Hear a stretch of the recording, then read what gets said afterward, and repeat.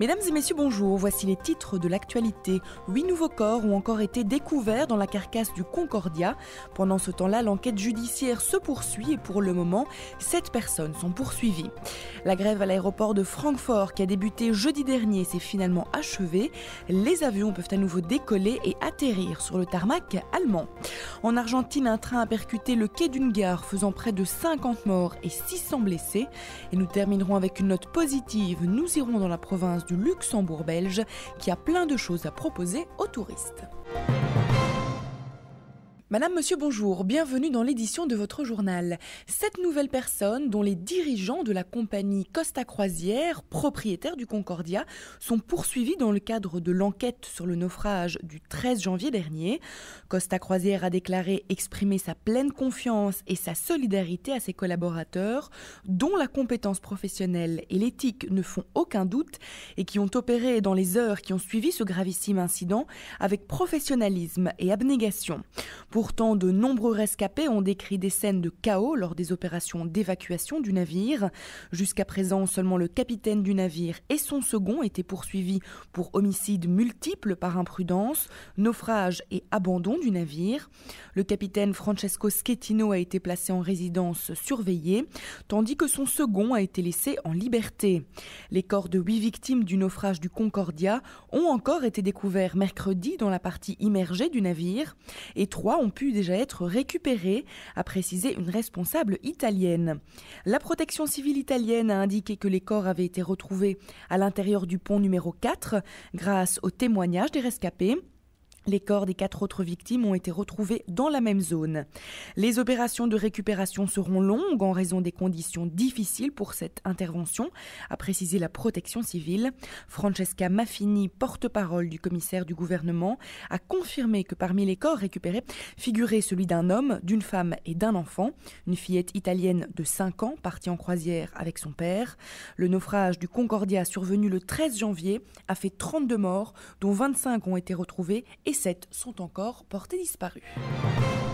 La grève des contrôleurs aériens de l'aéroport de Francfort, qui avait été prolongée jusque vendredi soir, a finalement été levée mercredi à 20h pour permettre la reprise des négociations, a déclaré Michael Schaffer, le président du syndicat de la sécurité aérienne GDF.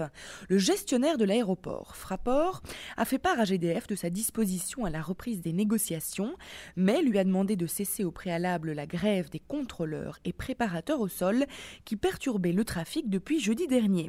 Selon Michael Schaffer, les négociations reprendront jeudi matin.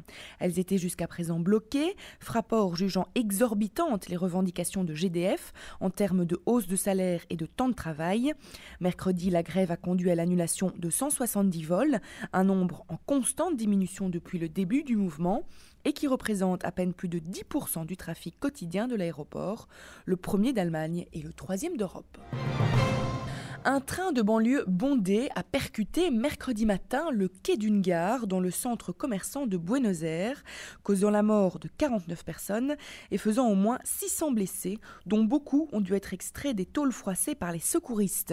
Les accidents de train sont récurrents en Argentine. Rien que pour l'année 2011, il y eut 3 accidents importants. En février, 4 personnes avaient péri et 120 avaient été blessées dans une collision entre 2 trains de voyageurs à Junin. En septembre, un bus était entré en collision avec 2 trains, ce qui avait fait 9 morts et 212 blessés. Et enfin, le 18 décembre, un choc entre une locomotive et un train de passagers avait fait 17 blessés. L'accident de train le plus meurtrier de l'histoire argentine avait fait quant à lui 200 morts en 1970 dans la banlieue nord-ouest de Buenos Aires. La Bolivie ne sort pas la tête de l'eau. En effet, depuis le mois de décembre, le pays est en proie à d'importantes pluies qui inondent des villes et des villages entiers. La situation s'empire de jour en jour, de telle sorte que mercredi, le ministre de la Défense a décrété l'état d'urgence. À ce jour, près de 9000 familles ont été affectées dans diverses zones du pays, selon le ministre, et 9 personnes sont mortes depuis fin décembre dans des inondations et des glissements de terrain.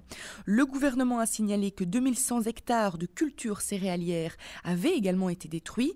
Environ 10% des familles affectées se trouvent dans la zone amazonienne de Pando, dans le nord du pays, et voisine de l'état brésilien d'Acre. Pour le moment, la destination n'est pas encore déconseillée aux touristes, mais nous vous conseillons de prendre toutes les mesures nécessaires pour faire face à cette situation si vous vous rendez dans le pays andin. Le phénomène climatique de la Niña est à l'origine de cette situation et cela pourrait durer jusqu'au mois de mars. Et pour terminer ce journal, une note positive, nous nous rendons dans la province belge du Luxembourg. René Collin, député au tourisme, et Michel Boreux, célèbre chef gastronomique, nous parlent de leur région. Reportage Michael Van Putsem.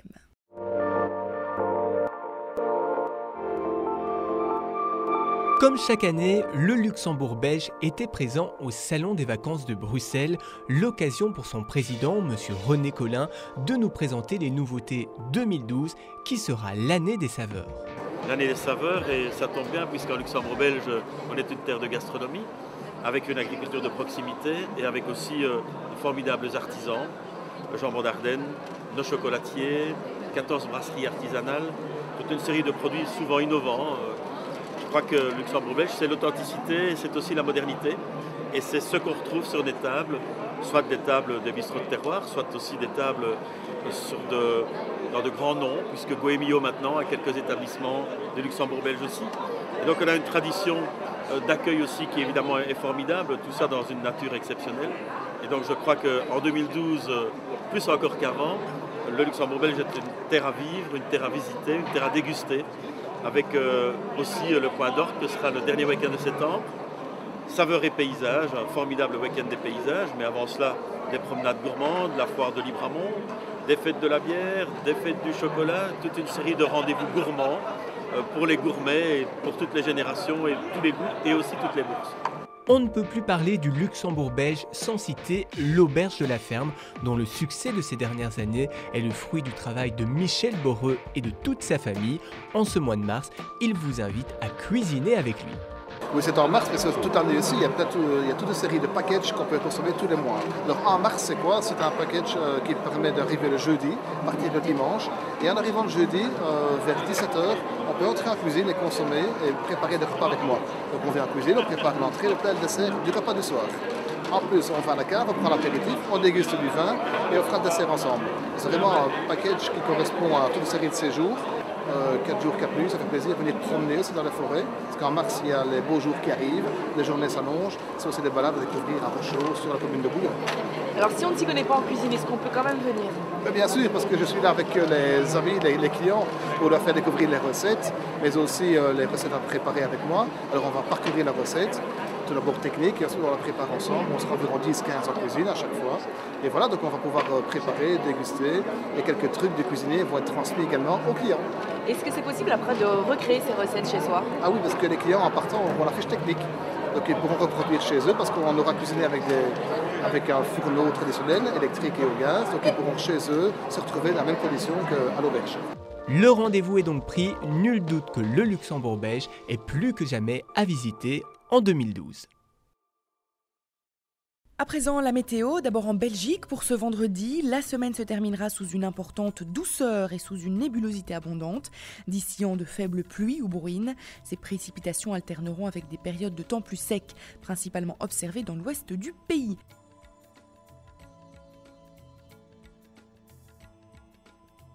Et en France, malgré les hautes valeurs installées sur le pays, la grisaille, avec localement quelques crachins, restera importante la journée sur la plupart des régions.